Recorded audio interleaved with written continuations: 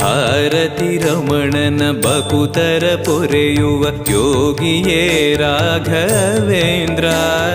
ಸಾರಥಿ ಕೃಷ್ಣನ ಸಾರಿದ ಸಜ್ಜನ ಹೊಂದುವ ಜ್ಞಾನ ಸಾಂದ್ರ. ಶಾಂತವನ ಬಹುಶಾಂತವನ ಬೃಂದಾವನ ವೇದ ಭವನ. ನೋಡುವರ ಕೊಂಡಾಡುವರ ಪುಣ್ಯಕೋಟಿ ಉದಯ.